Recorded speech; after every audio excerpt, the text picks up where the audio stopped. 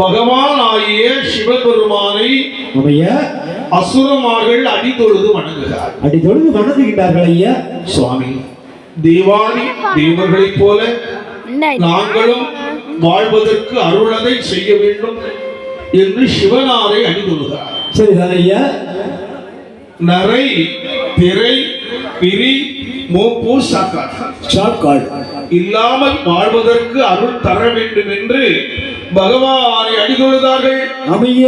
அசுரமார்கள் அடிதொழுகின்ற போது பகவானாகிய சிவன் என்று சொல்கிறார். என்ன சொல்கிறார்? திருப்பால் கடல் கடை